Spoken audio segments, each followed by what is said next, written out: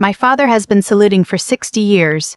Parade fields, change of command ceremonies, 2 wars, the flag-draped caskets of 11 men he outlived. If you cut Colonel Raymond Whitaker, United States Army, retired, he would bleed in perfect 30-degree angles. So before I tell you anything else, I want you to hold one image in your mind. It's a Thursday night in the East Wing of the White House. Chandeliers, a Marine string quartet, and my 80-year-old father is standing in the middle of that marble hallway with his right hand extended into empty air. Because the 4-star Admiral he reached out to greet has just walked past him. Past 30 years of infantry. Past the combat infantryman badge and the Purple Heart. Past the only Colonel Whitaker our family had ever acknowledged existing. To shake hands with me. My father's hand hung there under the chandelier light for 3 full seconds, 60 years of saluting, and he had finally met a moment his muscle memory couldn't solve. It was the longest surrender of his life. To understand how his hand ended up frozen in that light, rewind exactly 3 hours. A parking garage, 4 blocks from the White House. My husband, Lieutenant Colonel Mark Ellison, is checking his teeth in the rearview mirror of our Tahoe. He has been passed over for full colonel twice. His general is attending tonight. The next promotion board convenes in March. He has just taken a pull from a flask of bourbon to settle his nerves, and now he caps it, turns to me, and delivers his pre-mission briefing. Don't embarrass me. Not good luck. Not you look beautiful. 24 years I have worn this country's uniform, and my husband's operational concern for the evening is that his wife, she does analysis stuff at the Pentagon, might say something unworthy of the room. My boss is here, Sarah. So smile, stay off the shop talk, and let me steer. Nobody at a White House reception wants a briefing from an intel officer. I said nothing. He took my silence for compliance. Husbands and fathers had been making that exact mistake with my silence for 27 years. And in about 3 hours, the entire tab was coming due at once. Here's something you learn at the second security checkpoint of the White House. The invitation scanner makes 2 sounds. Mark's invitation made the first one, a clean, cheerful beep. "Enjoy your evening, Colonel Ellison," the attendant said, promoting him by mistake. He didn't correct her, he never did. Then it was my turn. And here's where the evening left the road my husband thought we were on, because I didn't hand her anything. I couldn't.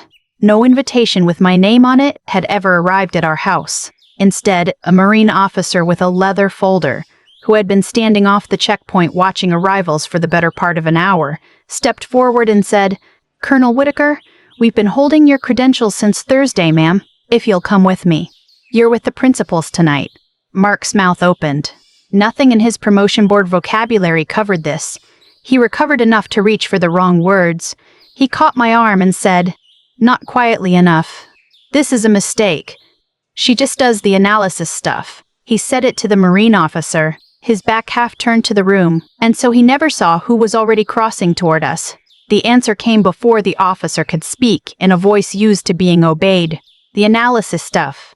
A single beat. Son, her analysis is why 411 of my paratroopers came home." And 20 feet ahead of us in a blue blazer heavy with a regimental crest, my father turned at the sound of his own name. Because in our family, Colonel Whitaker had only ever met one person, just in time to watch Admiral Reese Calloway, Vice Chairman of the Joint Chiefs of Staff, the second highest-ranking officer in the entire United States military, cross the marble floor, walk past my father's already extended hand, stop in front of me and say, "26 months of secure video calls, Colonel, and you're taller than the screen makes you." Then he smiled, leaned in half an inch, and added 2 words that had no business coming out of a Navy admiral's mouth. H-, H-, the motto of the 505 Parachute Infantry Regiment. My father's regiment. My grandfather's regiment. The 2 words stitched onto the shadow box in my parents' living room, the shadow box that had never, not once in 46 years, had room for anything of mine. That's when my father's hand froze in the air. That's the image I asked you to hold. 3 questions were detonating in that hallway, and I could read each one on a different face. On my husband's, why did a protocol officer have credentials waiting for a woman whose invitation never came to our mailbox? On my mother's, hurrying up behind my father in her church dress, "Why does the vice chairman of the Joint Chiefs know our daughter on sight?" And on my father's ash-gray face, the worst question of all. Why is a 4-star saying my regiment's war cry to her? To answer, you have to come with me. Back 27 years, to a yellow kitchen in Fayetteville, North Carolina, to the first man I loved who looked at me and said, "Don't embarrass me."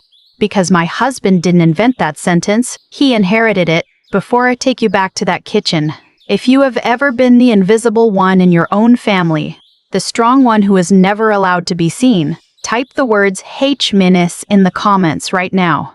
I read every single one, and by the end of this story, you'll understand exactly what those 2 words cost me and what they finally gave back. Hit like and subscribe, because the person who taught my husband to say "don't embarrass me" is about to learn what those words really bought him. My name is Sarah Whitaker. I am 46 years old, and I am a colonel in the United States Army. Military intelligence, 24 years commissioned service. But before I was any of that, I was the second child in a house where the walls themselves seemed to wear a uniform. You have to understand what the number 505 meant in my family.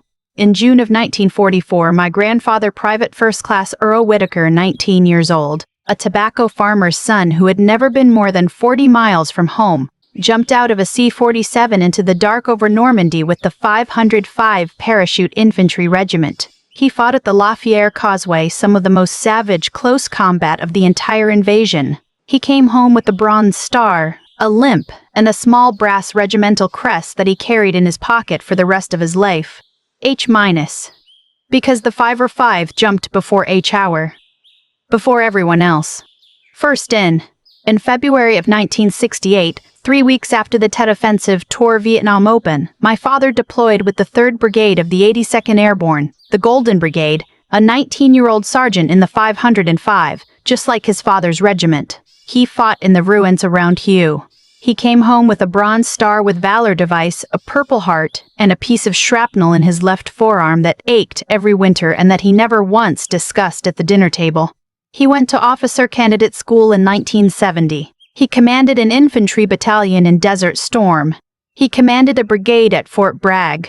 And in 1997, the Army looked at 30 years of Raymond Whitaker and decided he would never wear a general's star. He retired in 1999 a full colonel. And I want to be fair to him, because this story doesn't work if my father is a cartoon. He was not a cruel man. He was a wounded one. He had spent his whole life climbing a ladder his own father built, and 2 rungs from the top. The Army quietly took the ladder away. Everything that happened afterward, everything he did to me, grew out of that one unhealed break. It doesn't excuse it, but it explains it. And I've learned that explanations matter. The plan, of course, was my brother Danny. Danny was born in 1976, 6 weeks premature, 2 pounds 11 ounces. The chaplain was called to the NICU to baptize him because the doctors didn't think he'd survive the night. He survived, and my mother, Deanne, spent the next 50 years making sure the world never touched him again. That's the thing about my mother that took me decades to understand. Her favoritism wasn't malice, it was terror. Frozen in 1976 and never thawed. Every time she pushed me aside to shield Danny, some part of her was still standing at that incubator, bargaining with God. I was born 3 years later. Full term, 9 pounds, healthy as a plow horse, and in the economy of our house, that was my original sin. Danny's fragility was currency. My strength was a tax. Danny got the congressman's nomination to West Point in 1994. My father called in 30 years of favors to get it. Danny lasted 7 months. He didn't wash out because he was weak. He washed out because it was never his dream. It was my father's, and no 19-year-old can carry another man's dream up those granite steps. He came home in the spring of '95, and my father didn't speak at dinner for a month. The shadow box in the living room. Grandpa Earl's crest. Dad's combat infantryman badge. 3 generations of jump wings that were supposed to become 4 stayed exactly as it was, a monument to an interrupted sentence. Nobody ever asked whether I wanted to finish it. So in the fall of 1997, when I was a senior in high school, I set my acceptance letter on the yellow kitchen table. A 4-year Army ROTC scholarship. My mother put down her dish towel and said, "Why would you do this to your brother?" Not congratulations. Not I'm proud of you. Why would you do this to your brother? As if my scholarship were a weapon and Danny were the target. My father read the letter twice. Then he set it down, tapped it once with 2 fingers, and said, "And what do you think you'll branch? Infantry doesn't take women." He was right. In 1997, it didn't. Military intelligence, I said. He actually laughed. Not a big laugh. A small, dismissive exhale through the nose. The kind of laugh that does more damage than shouting ever could. Intelligence, he said, is guessing with a security clearance. Paper doesn't bleed, Sarah. Paper doesn't bleed. Remember that sentence. It's going to come back at the end of this story in a room full of chandeliers, and when it does, it will not be me who's bleeding. 4 years later, in May of 2001, I stood on a parade field in Georgia and raised my right hand and became a 2nd lieutenant in the United States Army. My mother took photos of the ceremony program. Danny didn't come. And my father, who had flown across the country for Danny's West Point in processing day 7 months of which Danny survived, pulled me aside beforehand, straightened the collar I had already straightened twice, and gave me the only blessing he had in him. "Whatever they hand you today," he said, "you're still a Whitaker, don't embarrass me." I was 22 years old. I saluted him. I actually saluted him, like a fool, like a daughter still hoping the salute would come back. It didn't.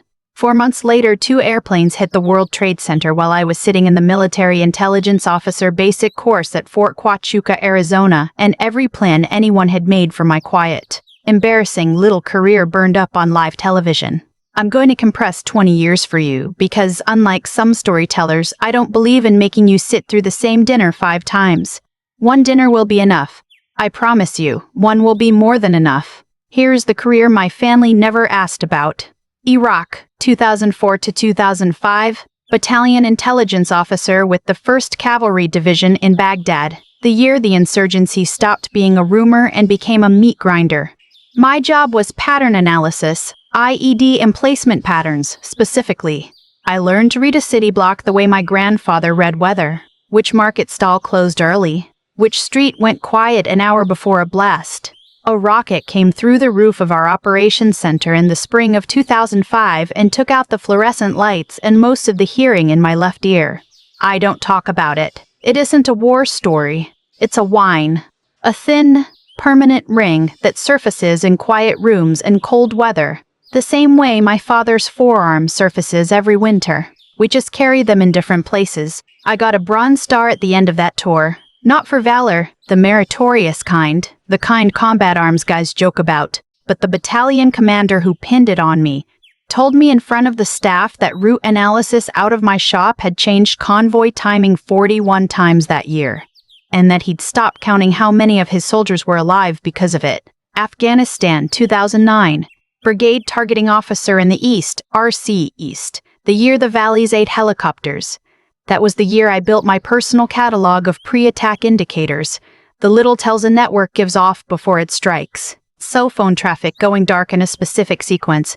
Civilian foot traffic evaporating from a bazaar. Fighting-age males repositioning at dusk. I filled notebooks with it. 14 years later, 1 page of one of those notebooks would save 411 American lives. But I'm getting ahead of myself. Company Command and General Staff College at Fort Leavenworth, a Pentagon tour. Battalion Command of a Military Intelligence Battalion from 2019 to 2021. 600 soldiers, and I knew the name of every single one of their kids because my father taught me that leaders eat last and know everyone. And I kept the parts of him that were worth keeping. And through all of it, at every holiday table, the same weather. My promotions announced by my mother as, "Sarah got some kind of certificate." My deployments described to the neighbors as, "She's overseas doing office work." Danny's insurance sales awards framed in the hallway.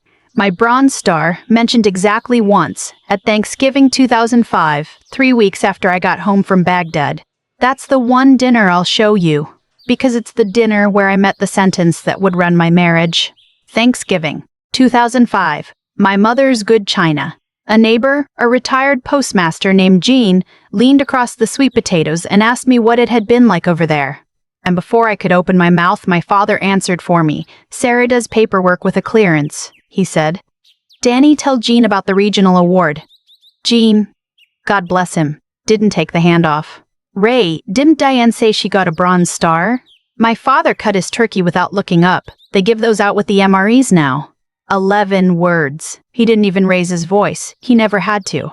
And I sat there with a piece of shrapnel in my heart that no medic would ever find, and I did what I had been trained since birth to do. I smiled. I passed the gravy. I said, "It's really Danny's night. Tell him about the award, Danny." Because in the Whitaker house, the strong one absorbs. That's the whole job description. I met Mark Ellison 3 years later at Fort Campbell. He was an Apache pilot then. Funny, generous, the kind of man who learned the names of the privates who fueled his aircraft. I want you to know that man existed, because it matters that I didn't marry a villain.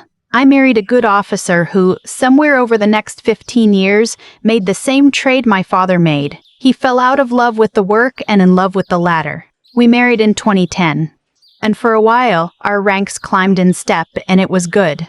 Then the latter started skipping his rungs. Mark was passed over for colonel the first time in 2021, passed over again in 2023. If you've never been military, understand what that means. 2 non-selects is the Army clearing its throat and looking at the door.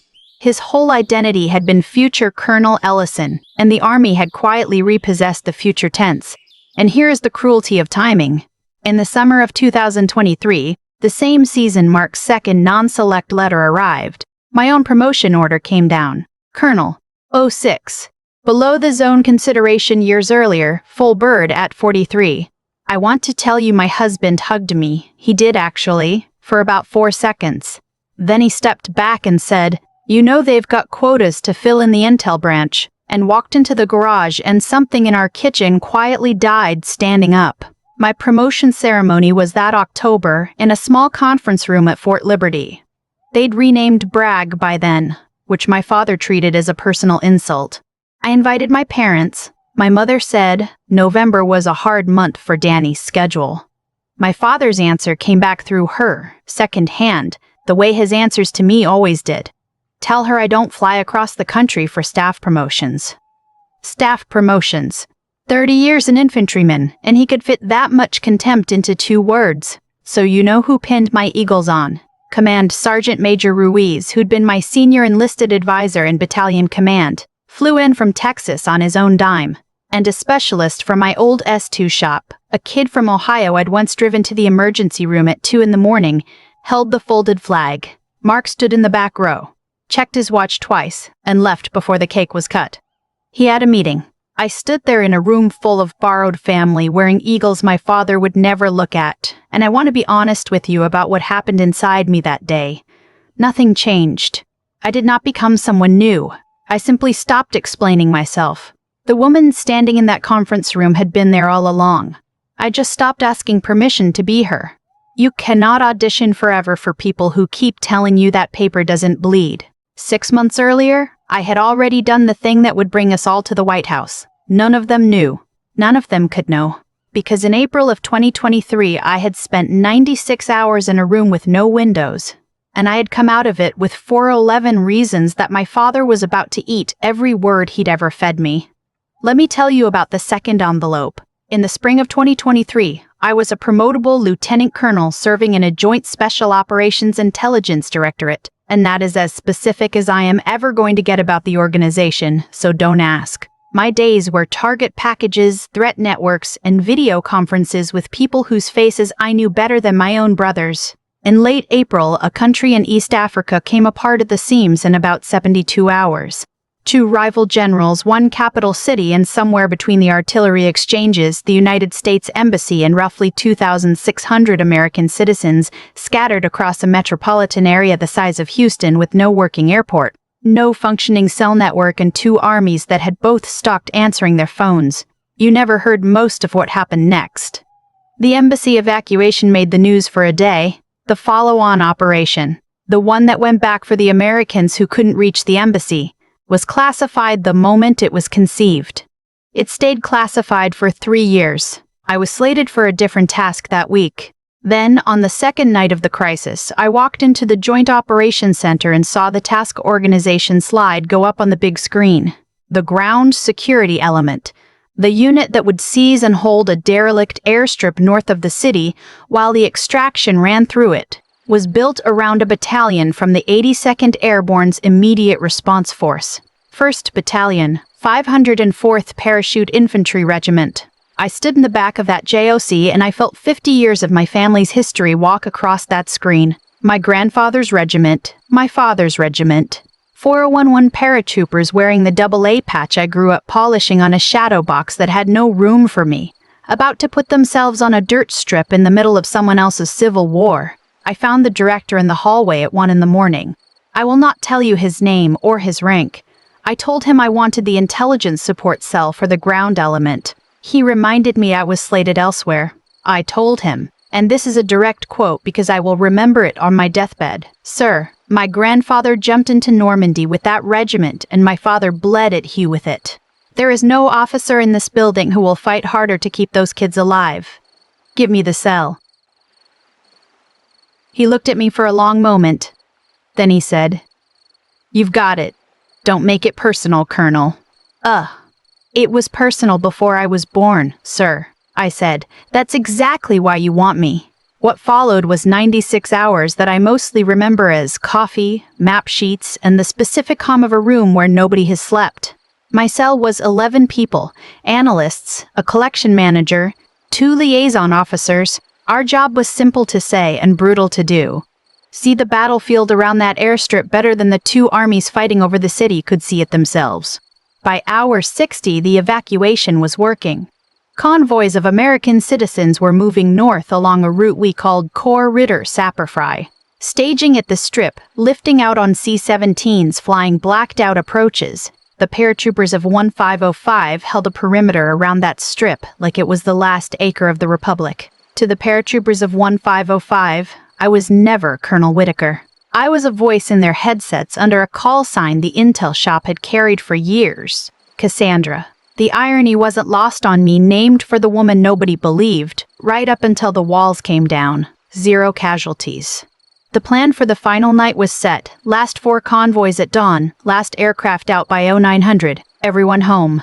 And at hour 66 at 2 a.m, one of my analysts, a 24-year-old sergeant on her first real-world operation, said 5 words that put ice in my spine. Ma'am, the phones went dark. Cellular activity in the 3 neighborhoods flanking the northern corridor had dropped to almost nothing. In sequence, over 90 minutes, north to south. 14 years earlier in a valley in eastern Afghanistan, I had filled a green notebook with pre-attack indicators and page after page said the same thing. Networks go quiet in sequence before they strike, because word of an ambush travels, and civilians vote with their feet and their SIM cards. Then the second indicator came in. Overhead imagery showed technicals, armed pickup trucks, that had sat static for 3 days, suddenly repositioning in 2s and 3s in the district that overlooked a 2-kilometer stretch of corridor sappetrides.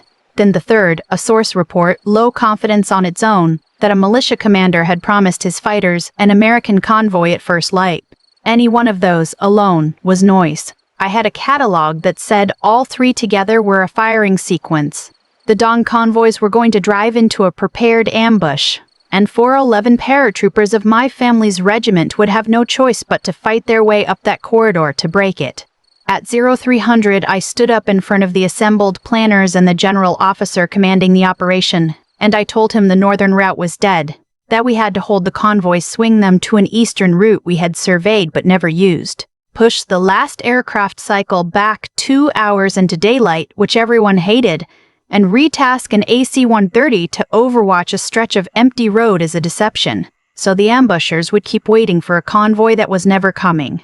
The lead planner pushed back, and he wasn't wrong too. I was asking them to gamble a working plan on pattern analysis and one low-confidence source. Daylight extraction meant more risk to the aircraft.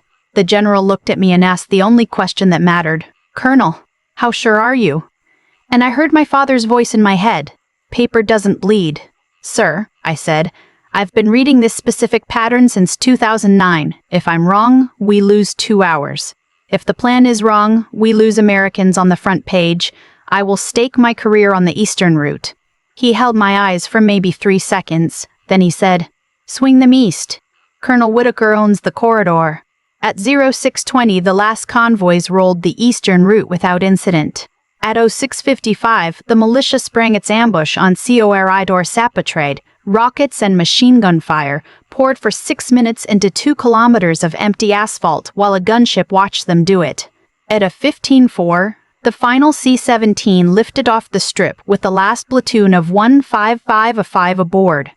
2,617 American citizens, 411 paratroopers, 0 American lives lost. I flew home 4 days later.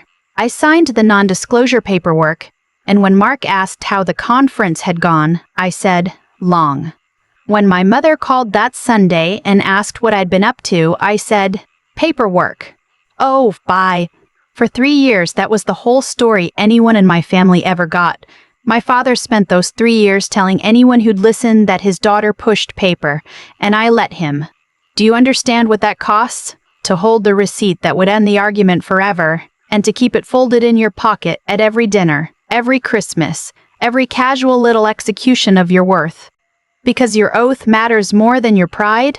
Then, this past winter, 2 things happened in the same week. The operation was formally declassified, and an engraved invitation arrived at my house, addressed to my husband. Only my husband. Mark's invitation was a general officer courtesy, the kind extended down through a staff when a command is being recognized. He carried it around the house for a week like a winning lottery ticket. He called his mother. He called 2 classmates from the War College. Everyone got the same sentence: "I've been invited to the White House." And for 6 weeks he believed, because I let him believe, that I would be attending as his +1. Mine never touched a mailbox. 3 days after his arrived, a staff officer walked into my office at the Pentagon, closed the door, and handed me a memorandum that had traveled due channels my husband does not have the clearance to know exist. At the direction of the Secretary of Defense, I would be recognized at a ceremony honoring the personnel of a newly declassified operation and awarded the Defense Superior Service Medal. My credentials would be held at the White House. Nothing bearing my name would be mailed to my home, because until the President said it out loud, my name and that operation could not appear on the same piece of paper outside a vault. I read the memo twice. I signed for it, and I said nothing. Not to Mark. Not to my parents, who, I learned that same week, would be attending as guests of the 505th Regimental Combat Team Association because the regiment was being honored and my father was one of its most decorated living veterans. 3 Whitakers were going to be in the East Room, and only one of us knew why. You can judge me for the silence if you want. I've judged myself.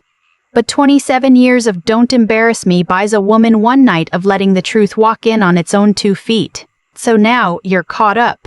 Now you're standing where we started, under the chandeliers, my father's hand hanging in the air, the word H- still ringing off the marble. The Admiral turned to my husband with the effortless courtesy that 4 stars reserve for men they will never think about again. "Lieutenant Colonel, mind if I steal your wife? The Secretary's been asking for her since Thursday." "Of course, sir," Mark said, "because there is nothing else a lieutenant colonel can say to a 4-star. He said, "Of course, sir," and then he looked at me the way you look at a stranger wearing your wife's face. I gave him nothing. I walked away from my husband and my father without looking back, and God forgive me, my heels did not make a single apologetic sound on that marble. The East Room. Gold drapes, portraits of Washington and Lincoln, the Marine Band playing softly.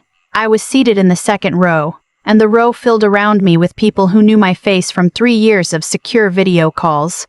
A Navy Vice Admiral, good to finally see you in 3 dimensions, Whitaker. An Air Force Lieutenant General who had commanded the airlift. My crews still talk about the Eastern route. And an Army Major General, the ground force commander from that JOC wearing more stars now than he had then, who shook my hand, held it a beat longer than protocol, and said quietly, "Best 3 seconds of trust I ever spent." 8 rows back, and to the left, the veterans of the 505 at the association sat in a block of blue blazers and regimental crests, my father among them, my mother beside him in her church dress. and I watched him lean over to an old paratrooper and heard in my imagination, if not my ears, the question, moving down the row, why is Ray's daughter sitting with the Joint Chiefs? The President entered with the Secretary of Defense. We stood. The anthem played. And then the President of the United States stepped to the podium and began the sentence that would dismantle my family's mythology in front of 200 witnesses. 3 years ago this spring, he said, in a city most Americans could not find on a map, this nation carried out one of the largest emergency evacuations of American citizens in modern history. Until this winter, the law required that story to remain untold. Tonight, we tell it. The lights dimmed. A screen descended. And there it was, the declassified brief, sanitized but unmistakable. The map of the Capitol. The airstrip. The corridor. And then the task organization slide, and I watched it land on the block of blue blazers 8 rows back like a mortar round, ground SE year-round security. Element 1 Stat Pallion 505 Pursuit Year 8 Infantry Regiment, 82 and Airburning Division. The old men came up out of their chairs before the applause even started. Not clapping, standing, the way soldiers stand when their colors pass. My father rose with them, and even from the second row I could see it in the set of his shoulders. Pride, pure and blinding. His regiment. Of course his regiment. For about 90 more seconds, this was still his night. The President went on. He told them about the corridor, about the final convoys, and then, at 2 in the morning on the final night, an intelligence officer, an officer who had spent 20 years cataloging the signatures an enemy gives off before it strikes, detected an ambush being prepared against the last American convoys. Against the advice of a working plan, this officer put her career on the table and rerouted the extraction. Hours later, that ambush was sprung on an empty road. He paused. The room had gone silent in the way rooms go silent when everyone realizes at the same moment that they are inside history. 2,617 American citizens came home. 411 paratroopers of the 505th came home. Not one American life was lost, and the officer responsible requested, in writing, that her role never be individually acknowledged. She was overruled by me. A ripple of laughter, the kind that releases pressure. Ladies and gentlemen, Colonel Sarah Whitaker, United States Army. I have jumped from airplanes. I have been rocketed in Baghdad. Nothing in 24 years prepared me for the sound of that room standing up.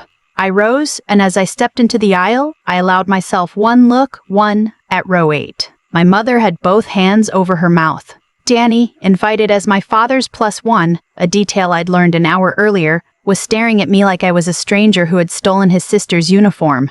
Mark, across the room among the staff seats, had gone the gray of old concrete, and my father was still standing from the ovation for his regiment, which meant he was already on his feet when he learned that the officer who saved it was the daughter he wouldn't fly across the country for. He did not sit down.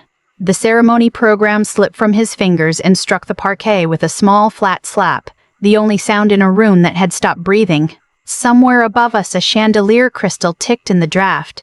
60 years of discipline, and for the first time in his life, my father let something fall and did not bend to retrieve it.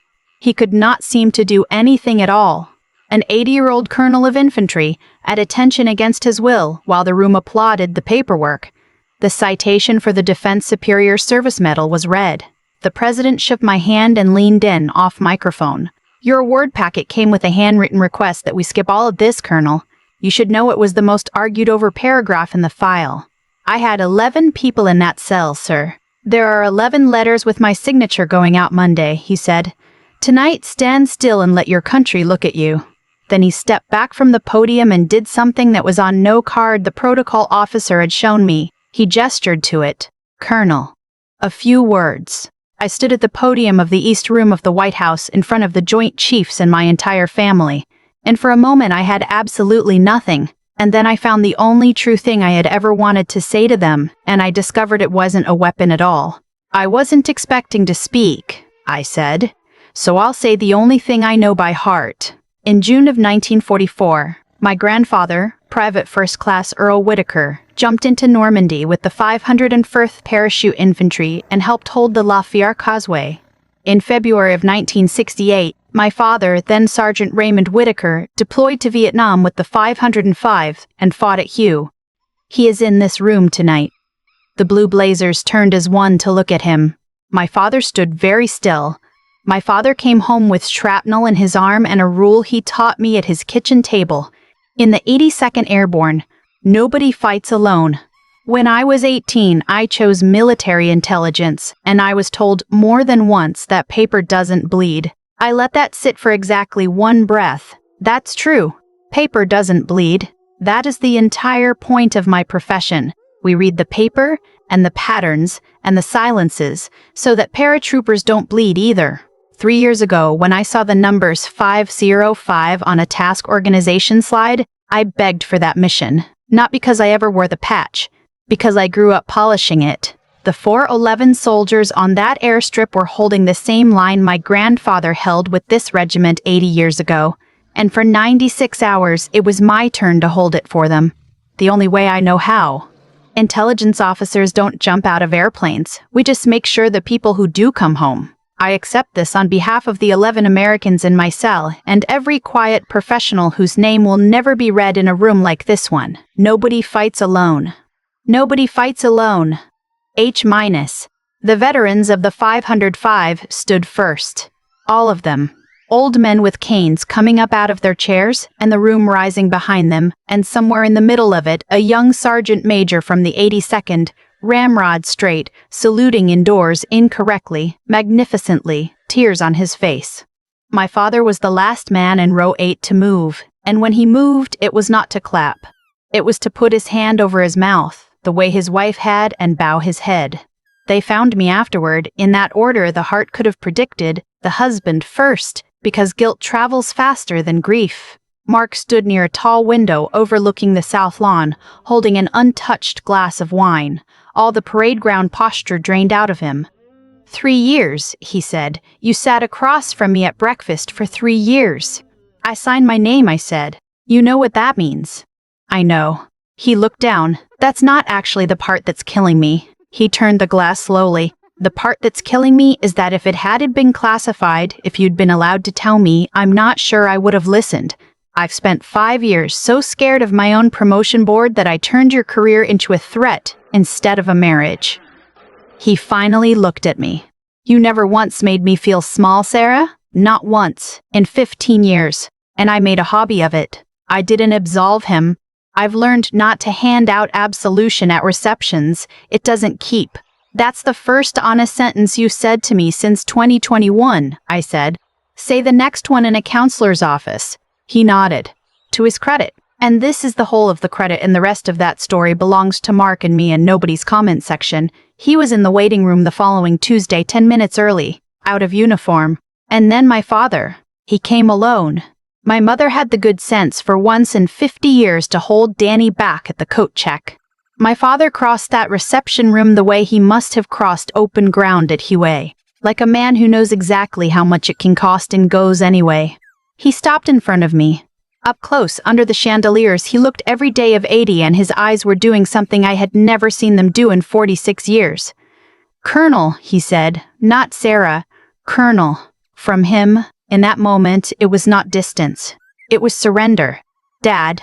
His jaw worked. The old shrapnel arm hung at his side. In 1997, he sevened, the Army decided Raymond Whitaker's line stopped at Colonel. And I decided that meant the Whitaker line stopped. Danny couldn't carry it. And you, his voice cracked on the gear change, this man I had never once heard crack. You were carrying it the whole time. 24 years. You carried it through Baghdad and through that JOC and through every one of my dinner tables, and I was too busy grieving my own star to see there was a 4th generation sitting to my left, passing me the gravy. And then he said the sentence I had waited for since a yellow kitchen in 1997. You never embarrassed me, Sarah. Not one day of your life. I embarrassed myself. And then Colonel Raymond Whitaker, United States Army, retired, Vietnam, Desert Storm, 30 years of infantry, came to attention in the East Wing of the White House and saluted his daughter. I returned it, slowly, perfectly. The way you return something you've been owed for 27 years and intend to keep forever. H minus dad, H minus colonel. People think a story like mine ends with the ceremony. It doesn't. Ceremonies are just the artillery. The infantry work comes after. It's been 14 months. My father calls on Sundays now, and for the first time in my life we talk about the war. His war, the one he kept in his forearm for 50 years. It turns out the man had been holding his own classified operation all along. The fear that everything he bled for ended with him. My mother is slower. 50 years of guarding one child doesn't dissolve in an evening, and I've stopped needing it to. Danny sent a card. 4 sentences, 1 of them true. It's a start. 3 weeks after the ceremony, I drove down to Fayetteville. My father was waiting in the living room, standing in front of the shadow box. And for the first time in my life, I watched him open the glass. He lifted out a small brass crest, worn nearly smooth, older than both of us, and pressed it into my palm with both hands. And his hands were shaking. Your grandfather held Lafayette with this in his pocket, he said. I held Hugh with it. It goes to the Whitaker who held the line. The Whitaker shadow box finally made room for me, by leaving one space empty. Because it turns out honor doesn't live behind glass. It rides in the pocket of whoever is still marching. Grandpa Earl's crest sits on my desk at the Pentagon now, next to a green notebook from 2009. And one day, not soon, but one day, it will not pass to somebody named Whitaker. It will pass to whoever is next to say 5 quiet words at 2 o'clock in the morning. The 5th generation of this family will not share our blood. She will share our watch. And this June, for the 80th anniversary commemorations, there will be 2 Colonels Whitaker on a flight manifest to Normandy. My father asked me himself, standing at Lafayette, where a 19-year-old tobacco farmer's son held the causeway, he wants to be the one to tell the Old Regiments Association exactly who I am. First in, he said on the phone. For once, let your old man jump second. My father has been saluting for 60 years. This June, at Lafayette, I will finally watch that arm rise with nothing left hanging behind it. Here's what I want to leave you with, and then I'll let you go. Honor is not inherited through a rifle. It isn't carried in a shadow box, and it doesn't skip the quiet ones. The strong, silent member of your family. The one who absorbs, the one everybody leans on and nobody asks about, is not unbreakable.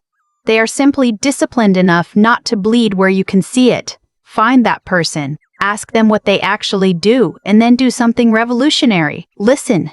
If this story reached you, type "He-minus" in the comments. And if you're the quiet professional in your own family, add the word "first" in, because you deserve to jump before H hour at least once in your life. Hit like, subscribe for a new story every week, and share this with the one person who's never been given room in the family shadow box.